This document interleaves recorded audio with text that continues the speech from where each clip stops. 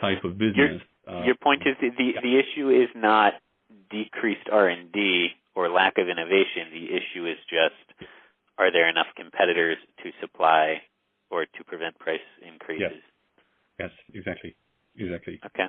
So, they will want, we've seen if you take GE Alstom, for instance, when Ansaldo, which is a Japanese-owned, I think, a company, which was recently purchased by the Japanese, they were the sort of, from day one, we identified them on paper, at least with my inexperience of this sector of turbines, but we could see that Ansaldo on paper was a really, really good one because they were just at the limit where they were becoming credible in Europe for certain type of big turbines. But the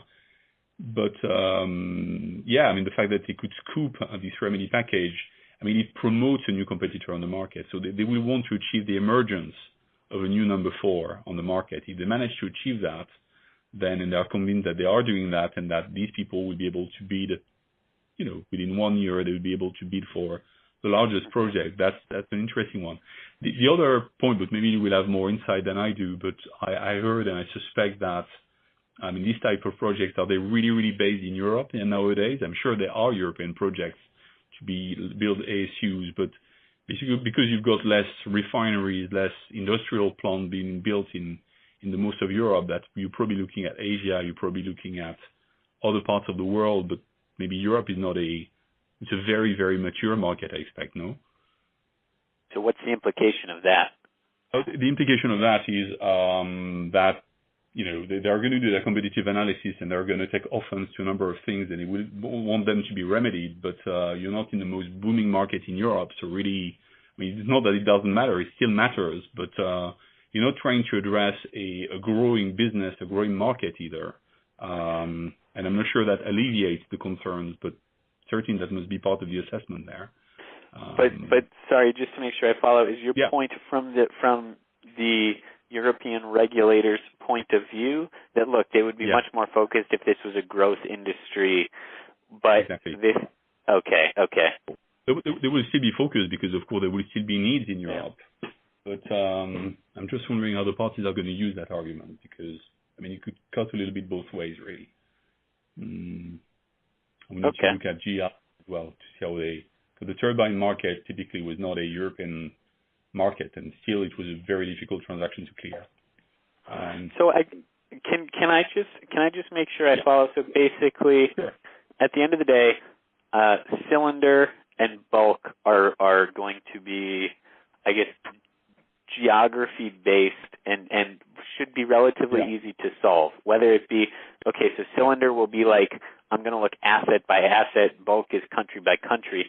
But at the end of the day, I can just, if there's a huge issue in France or a huge issue, I don't know, in Spain, whatever it is, I can sell some assets. However, when it comes to tonnage, it becomes much harder, right?